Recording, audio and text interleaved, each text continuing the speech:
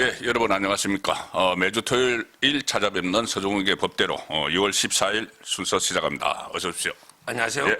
자, 오늘이 이 설 연휴 첫날입니다. 연휴 첫날인데 이번 설 연휴에 어디 뭐 고향은 가십니까?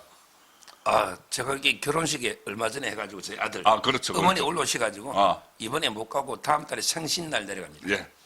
자, 우리 서종욱 변호사님도 새해도 복 많이 받으시고 건강하시고 건승하십시오. 그리고 우리 시청자분들도 물론 새해 복 많이 받으시기 바랍니다.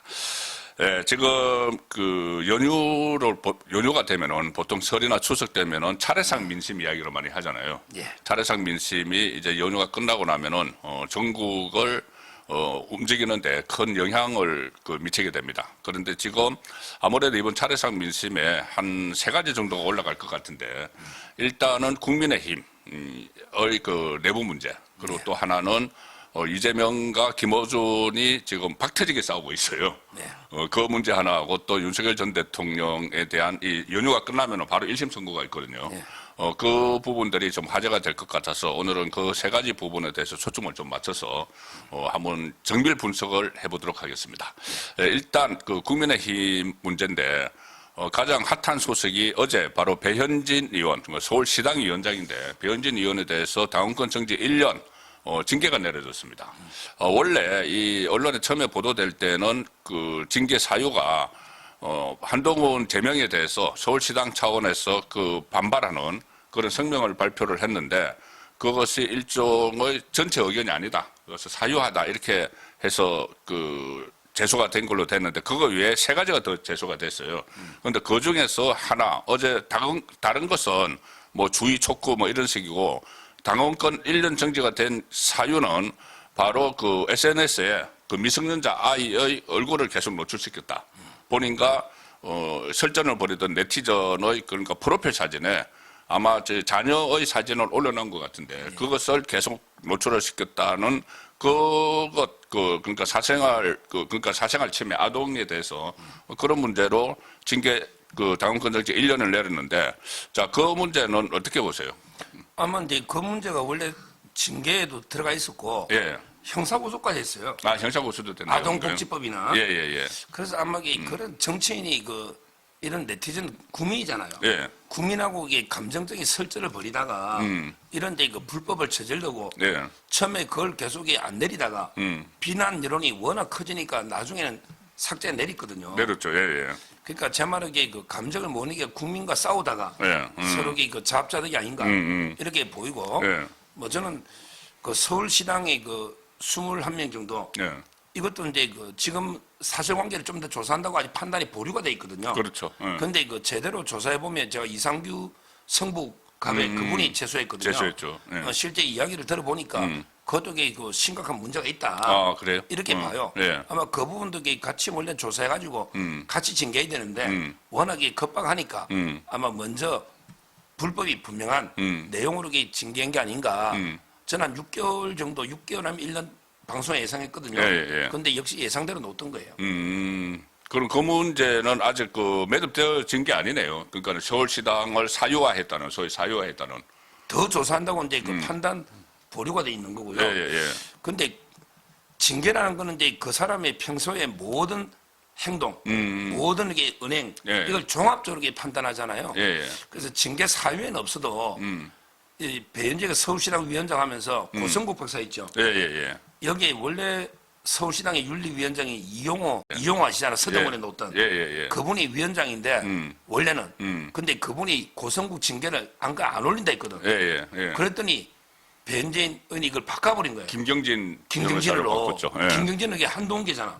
그렇죠. 이런 식으로 윤리위원장을 무리하게 교체. 자기들은 중앙당에 바꿀 때 여상호 변호사. 서울시당 윤리위원장을 바꿔버린 거네요. 그럼요. 그런데 본인들이 여상원 변호사가 윤리위원장 할 때 윤면으로 바꿀 때 얼마나 욕했냐고. 그렇죠. 그러니까 내로남불도 유분수잖아요. 그러면서 고성국 박사한테는 소명기도 안 줬어요.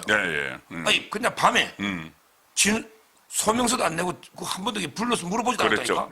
그런데 뭘 했냐면 사실상 제명과 똑같이 탈당 권유.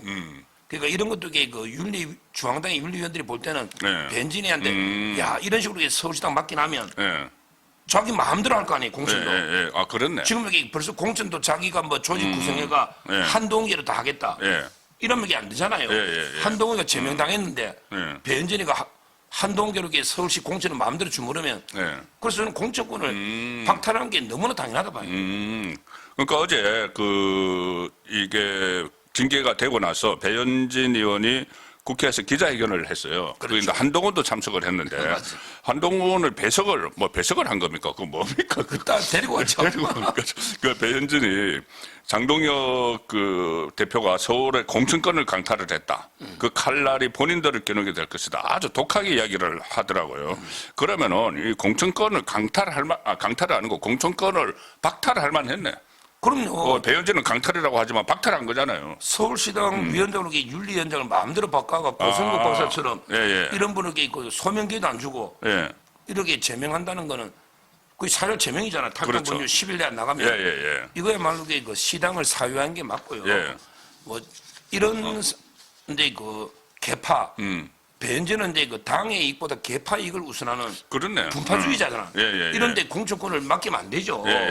저는 그래서 지금 이제 그 서울시당이 사고지구당 지정되고 아마 이제 그 어떻게 할지 수석 부위원장이 할지 아니면 이제 뭐 중앙당에서 새로 시당위원장을 임시로 지명할지. 아니면 뭐 보궐선거를 해도 돼요. 원래 뭐 형식적으로 그 경선을 하니까. 뭐 방법은 이제 앞으로 일단은 사고지구당이 된 거죠. 그런데 저 배현진 의원이 보니까는 이거 조금 전에 저희들이 말씀드린 게 이제 두 가지잖아요. 하나는 그 아동 사진 올린 거하고 하나는 이 사유화한 거.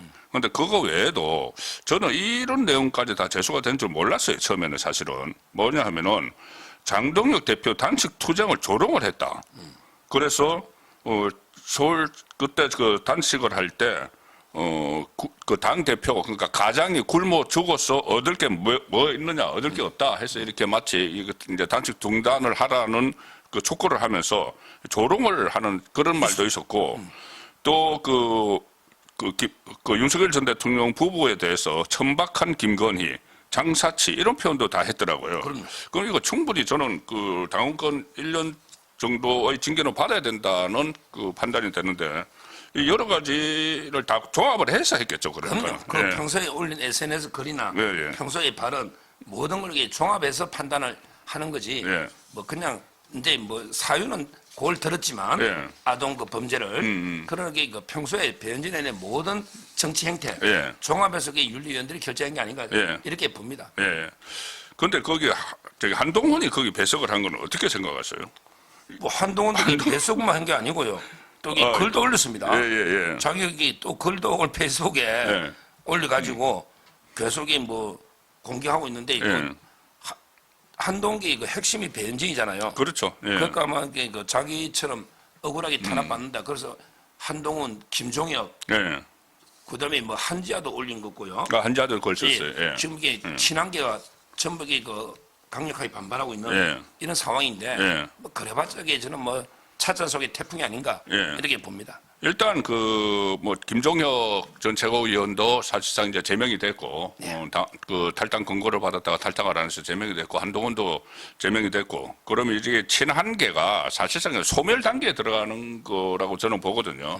일단 저 한동훈이 당 안에 없잖아요. 그렇죠. 당 안에 없는 상황에서 이 사람들이 이제 지방선거를 거치면은 또 다음 공천도 생각을 해야 되고 그래서 저는 친한계라는 것이 좀 소멸 단계로 들어갈 것 같은데, 그 전에 한동훈의 위력이, 그러니까 어떤 정치적 영향력이 굉장히 지금 약해져 있는 상황이에요. 그럼요. 지난번 전당대회 때 보면은 본인이 출마도 하지 못했고, 친한계들을 최고위원회 당선시키지도 못했고, 청년 최고위원 뭐 우재준이 있다고 하지만은, 그 다음에 본인이 이 당대표 그 경선 결선에서 김문수 후보를 지원을 했지만은, 사실상 지원을 했지만은, 김문수 후보가 떨어지고, 자, 그런 상황으로 보면 영향력도 상당히 약해진 것 같은데, 지금 한동훈의 위상을 어떻게 보세요? 근데 뭐, 태풍덕이 시간이 지나면서 소멸 쓱 단계로 가잖아요. 그렇죠, 한때는 인기가 좋았었죠. 한때는. 네, 한때는 뭐. 그때 뭐 윤 대통령 사이가 안 나쁠 때니까. 근데 계속 정치 자산을 야금야금 깔아먹더니 이제는 뭐 거의 저는 소멸 단계 아닌가. 왜 그러냐면 이게 이제 토크 콘서트 뭐 한 번 하고 다음에 연재할지도 뭐 기억도 없는 거 아니에요. 그렇죠. 그럼 그 사이 공백이거든요. 예, 예, 예. 또 그 콘서트 뭐 몇 번 한다고 뭐 달라지겠어요. 예, 예. 뭐 집회도 마찬가지고요. 예. 이제 거의 존재감이 없고 저는 이번 지방선거가 국민의힘이 쉬운 건 아니에요. 예. 진짜 이게 그렇죠. 그 여론조사 보면 갤럽 보면 이재명의 지지율은 뭐 5%씩 오르고 예, 예. 국민의힘하고 민주당은 더블 스코어 차이 나고 예, 예. 어떻게 보면 아무날 수도 있잖아요. 예, 뭐 그렇지 않은 여론조사도 있지만 일단 예, 뭐. 그 전화 면접조사에서 주로 갤럽만 그렇게 보면 나오죠. 이 추세가 예, 예, 예. 그리고 그래도 그래서 저는 국민의힘이 뭐 지금부터 제대로 해야 되는데 만에 하나 이제 국민의힘이 선거에 패배하더라도 어떤 경우에도 그 한동훈의 복귀는 좀 어렵다. 그렇죠. 이렇게 보고 있어요. 예, 예. 왜 그러냐면 그 선거 패배하면 한동훈이가 대안이다. 예. 이런 여론이 아니고요. 예. 오히려 이게 한동훈이가 계속 그 한동기가 분탕질 치고 예. 내부 총질하고 이것도 이게 책임이 크잖아요. 그렇죠. 그것도 그 만약에 패배를 하게 되면은 그 예. 책임도 큽니다. 그러니까 패배하게 되면 이게 저는 한동훈 더 오히려 예. 정치권에서 완전히 끝장나는 거지. 그렇지. 뭐 한동훈이가 대안으로 이게 뭐 국민의힘 들어오는 예. 이런 경우는 없을 것 같아요. 예, 예, 맞습니다. 예. 그리고 이 지방선거가 이제 그 치러지고 나면은 뭐 어떤 형식으로든 새로운 인물들이 저 부상이 돼요. 새로운 인물 부상이 되는 그런 상황도 예상을 할 수가 있는데 지금 일단 여러 인물들을 조정훈 인재영입위원장이 많이 이렇게 접촉을 해서 그때 우리가 한 100명 정도 되게 한다 이렇게 말씀을 들었었는데 지원을 한 사람은 일단 한 250명이 지원을 했고 1차에서 그중에서 한 15명 정말 괜찮은 사람들을 추렸다. 그런데 그게 1차고 계속 새로운 인물들이 좀 발굴을 하고 있거든요. 그래서 이 공천만 이제 그 제대로 하고 적재적소에 이렇게 배치를 하면은 상당히 그 너무 이렇게 부정적이지 않을 수가 있어요. 선거 결과가. 그런데 공천관리위원장에 이제 그 이정현 전 새누리당 대표를 영입을 했는데 이정현 대표가 이 공천관리위원회를 뭐 잘 이끌 걸로 지금 뭐 기대를 하십니까? 예. 저는 이번 선거에 그 키맨 3명이 있다 보거든요. 예, 예. 이번 선거에 책임지는 키맨 3명이 예. 당연히 장동혁, 이정현, 그다음에 조정훈으로 봐요. 인재영입위원장. 예, 3명이 핵심 키맨이다. 예. 보통 선거라는 게 이제 인물, 그다음에 정책, 예. 뭐 구도 이런 건데요. 구도라는 거는 게 어차피 1대1 구도예요. 예. 뭐 개신당이나 조국당은 큰 의미가 없고 구도가 1대1이다. 예. 자, 정책도 이게 뭐 국민들이 정책은 다 좋은 정책들이 나오니까 예. 그게 큰 바람은 안 되고 결국은 이제 그 인물이 누가 나오느냐. 그렇죠. 이제 그 50만 넣으면 중앙당에서 하잖아요. 중앙당 거기서 이게 대거 인물들이 너무 좋은 게 많은 게 기재부의 1급들 있죠. 경제 전문가들이 다 교체됐어요. 예. 그분들도 좀 영입하고 예. 그다음에 군인들 보세요. 예. 대장, 중장 다 바뀌었는데 이번에 자기들이 대장 시킨 사람 2명 또 두 명을 이번에 연달아. 또 폐지했잖아요. 별 징계하고. 8개를 이틀 만에 날리더라고요. 그러니까 예. 우리 군에도 보면 그런 예. 분도 있고 뭐 김용대 드론사령관이나 예. 김현태 특임단장 예. 이런 분들도 예. 좀 영입하고 예. 좌파들은 박정훈 가지고 영웅 만들어 버리잖아요. 그렇죠. 그다음에 이거 언론계도 많아요. 예. MBC 같은 데나 아, 거기 그럼요. 우리 예. 김태규 뭐 이래가 이진숙까지 언론계도 탄압받은 사람이 많고 특히 이제는 외교 전문가 대사들이 한 30명 교체됐거든요. 예. 이런 게 각계 전문가들을 잘 영입해가 예. 좋은 자리에 보궐선거도 공천하고 그다음에 뭐 필요하면 이렇게 광역이든 아니면 기초중에도 광역급 있잖아요. 큰 도시들. 예. 이런데 그 새 인물로 계속 이 공천하면 뭐 저는 민주당 해봤자 이게 전부 뭐 옛날에 돌멩이 던지고 화염병 던지는 운동권이 없잖아요. 네. 인물 경쟁에서 압도하면 한번 해볼 만하다. 그래서 이제 그 조정훈 일단 1차 영입, 예. 그다음에 이정현 2차 공천, 그다음에 최종 장동희잖아요. 아, 그렇네. 근데 저는 뭐 이정현 이분은 저하고 책도 쓰고 옛날 보수 집권 플랜 예. 3인 공제로 고성부 저는 잘하는 분인데 예. 사심 없이 당을 잘 알고 또 이게 원칙 강단이 있어요. 그렇죠. 제대로 이게 그 충격적인 또 컷오프나 몇몇 칠 수도 있어요. 그 중에는 오세훈도 들어갈 수 있는 거예요. 저는 오세훈의 타깃이 될 것 같은데. 그러니까 예. 뭔가 이게 그 충격파를 던지면서 예. 새로운 게 물갈이하면 예. 한번 뭐 저는 아직도 상당히 희망 가지고 있습니다. 예. 그러니까 이번에 어떻게 보면 굉장히 기회가 되는 거예요. 친한계 이렇게 이제 이렇게 내부 총질하는 사람들 이렇게 이제 퇴출을 시키고 그걸 퇴출을 시켜야지 이제 자리가 많이 비잖아요. 그 새로운 그 그릇에 이 많은 사람들이 이제 그 영입을 할 수 있는 건데 조금 전에 말씀하셨다시피 민주당 같은 경우에 정말 또 뚜렷한 예를 뭐 국가를 위해서 일을 하거나 이런 게 없어요. 사람들을 보면 정청래도 그렇고 전부 다 그렇잖아요. 그런데 지금 이 보수 쪽 진영에서는 각 분야에서 커리어를 많이 쌓은 그런 분들이 굉장히 많기 때문에 정말 이 열심히 발굴만 하면은 수많은 인물들이 이제 들어올 수 있다. 그런 생각이 드네요. 그래서 조금 전에 말씀하신 대로 조정훈 그리고 이정현, 장동혁 이렇게 순으로 올라가면서 이 세 사람이 완전히 당의 인적 구성을 완전히 바꿀 수 있는 그런 상황이 기대가 됩니다. 그리고 여론도요. 제가 아까 갤럽 이야기했는데 네. 오늘 장동익 대표도 인터뷰했지만 네. 어차피 이게 선거로 가면 최종적으로 51대 한 49다면 양자 구도라면 이게 50 넘어야 되는데 그렇죠. 민주당 지지는 많아도 43, 4예요. 예, 예, 예. 43, 4. 그다음에 2등이 무당청이야. 대단한 무당청이 한 26, 7 돼요. 예, 예, 예. 그다음에 국민의힘이 22, 그렇지. 23 예. 이렇다고요. 예. 그러니까 제 말은 이게 무당청이 민주당 쪽으로 갈 가능성은 저는 없다. 민주당 지지하는 사람들에게 대부분 응답했다고 보거든요. 그렇죠. 응답을 한 거지. 44라고. 예, 예, 예. 따라서 이게 무당청 26, 예. 7을 예. 이 사람들이 심정적으로는 이게 반 이재명인데 예. 지금 국민의힘이 너무 싸우고 힘드니 그냥 무당청으로 있다고 저는 봐요. 예, 예. 또 정권 초에 전화 면접에 뭐 야당 지지 응답하는 것도 별로 예. 안 좋아하죠. 예. 그래서 이 무당청을 투표장으로 국민의힘에 얼마나 끌어오느냐. 그렇죠. 여기에 승부가 달려 있고 아마 예. 장동희 대표가 그걸 인터뷰했거든요. 예, 예, 예. 그래서 충분히 저는 여론의 뭐 정책과 혁신으로 예. 그 무당청을 다 이게 국민의힘을 잠재적 우군이기 때문에 예. 그 갤럽으로서 이게 아주 비관적은 아니다. 예. 민주당 지지는 항상 43, 4에 머물러 있어요. 그거 딱 머물러 있죠. 박스권이죠. 네. 박스권을 같이 있기 때문에 이 새로운 그러니까 일단은 그 보수의 정체성을 완전히 확실하게 갖춰놓고 이거 그 상품으로 만들어서 소위 그 중도층이나 무당층에 이 어필을 하는 그런 전략이 지금 필요할 것 같은데 그런 차원에서 정강 정책도 지금 많이 바꾸고 있잖아요. 네. 그 뭐 김종인이 들어와서 뭐 만들었던 것들 뭐 기본소득 이런 건 이제 다 없애고 보수의 가치를 높이는 그런 건데 지금 오늘 아침에 장동혁 대표 조선일보 인터뷰를 보니까는 당명, 새 당명에 대해서 공화당 쪽으로 많이 그 공화당 이렇게 많이 그 의견이 모아졌는데 좀 더 이제 고민을 할 필요가 있다. 이 공화당이라는 것이 그 기존의 당명을 쓰는 데도 있고 거기 어떻게 이제 그 조율을 해야 되죠. 그런 것도 있고 또 공화당 그러면은 일부에서 좀 그 비웃던데 제가 또 들어보니까 그 장동현 대표가 한 말이 아니고 제가 들어보니까는 공화당 무슨 공화당 박정희 공화당 이런 식으로 하는데 저는 그거 괜찮다고 생각을 해요. 그 보수 정체성 그리고 우리나라 헌법 제1조 1항이 뭡니까? 우리는 그 대한민국은 민주공화국이다고 나오잖아요. 민주공화국이니까 민주는 저까지 가서 공화국 그러니까 민주공화국이니까. 예, 그래서 이 공화당 그 미국도 공화당 민주당 지금 한 100년 이상 하고 있잖아요. 그래서 저는 공화당 괜찮다고 생각하는데 어떻게 생각하세요? 그리고 저는 우리 우파가 자유 우파라 하니 예, 예. 저는 원래는 이게 자유 공화 예. 그다음에 그 보수 저는 영국의 보수당이 제일 오래된 정당이거든. 그렇죠. 저는 심플하고 단순할수록 좋다고 봐요. 맞습니다. 아, 예. 난 자랑스럽다. 보수가 예. 우리 보수가 전통적인 가치 예. 뭐가 이게 부끄럽냐고. 예, 예. 뭐 보수당도 좋고 예. 공화당도 좋고 예. 자유당도 좋고 예. 뭐 이거는 이제 아마 당원들 전당원 투표는 해야 될 거예요.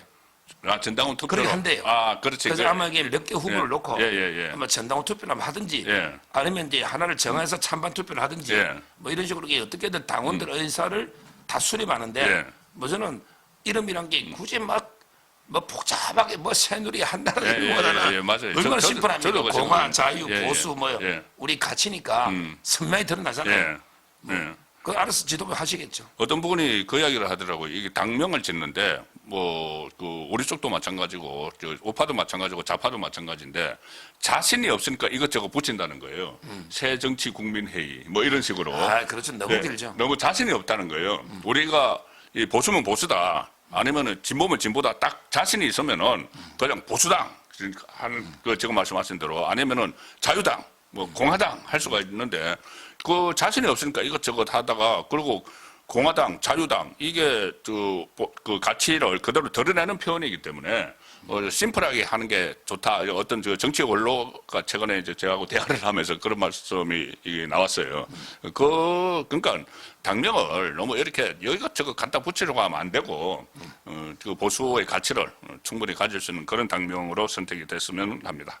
네, 그리고 이제 대외 이제 이렇게 모습을 갖춰놓고 가장 중요한 것은 아무래도 이재명 정권하고 투쟁하는 거예요. 이재명 정권은 폭정을 멈춰 세우는 건데, 이번 주에 일어났던 일들 중에서 가장 지금 상징적인 것이 장동혁 대표가, 청와대 오찬에 전격적으로 불참을 불참을 한 것인데, 저는 충분히 이유가 된다고 봅니다. 그 전날 초청을 해놓고는 그날 심야에 한밤중에 대법관 정원법, 그리고 또 사심제법, 헌법소원법, 이것을 재판소원법을 통과를 시켰기 때문에 법사위에서 이 장동혁 대표가 충분히 저는 그 다음날 불참하는 것이 확실한 잘못된 점을 하는 거라고 보는데, 거기에 대해서도 친한계는 또 비판을 해요.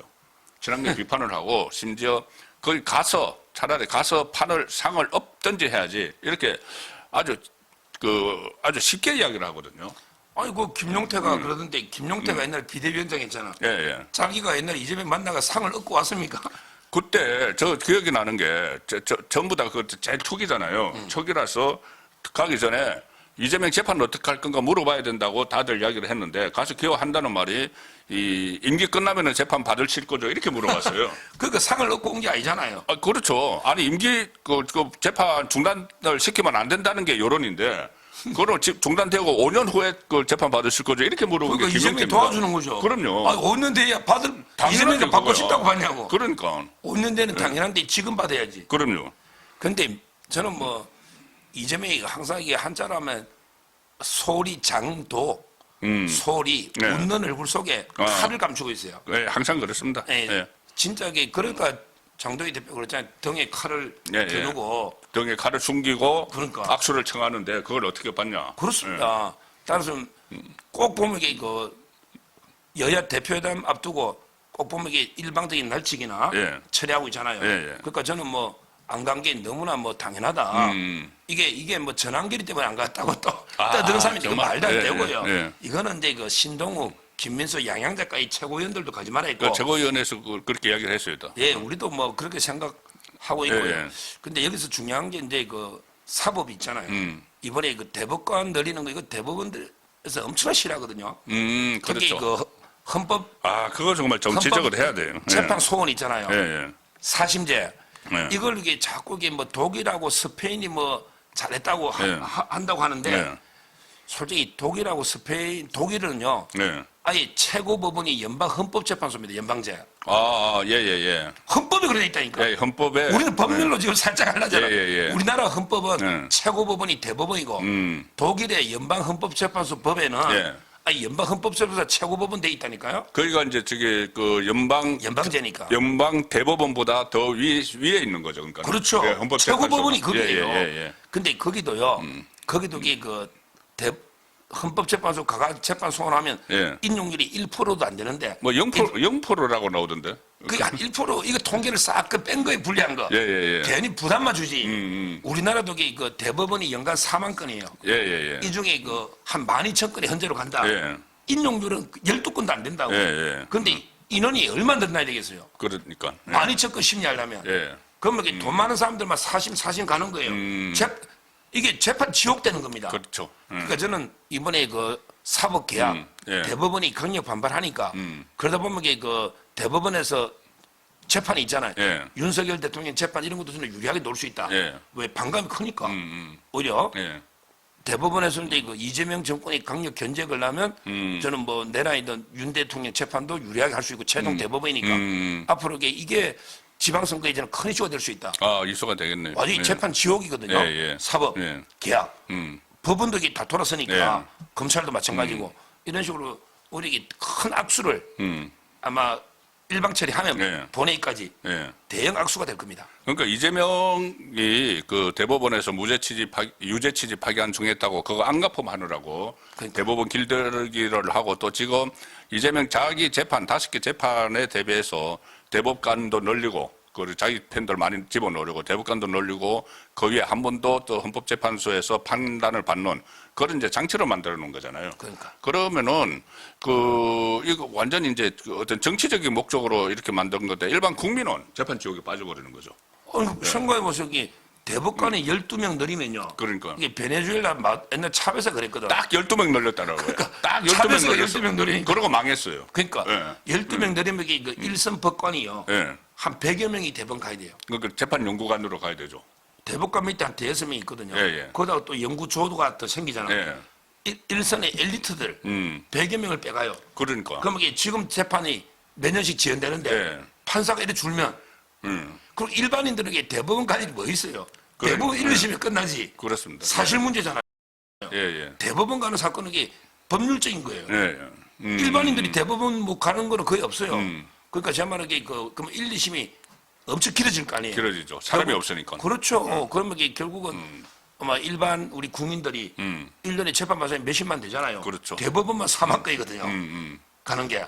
그러니까 일반 사건이 이게 100만 건이 넘을 거예요.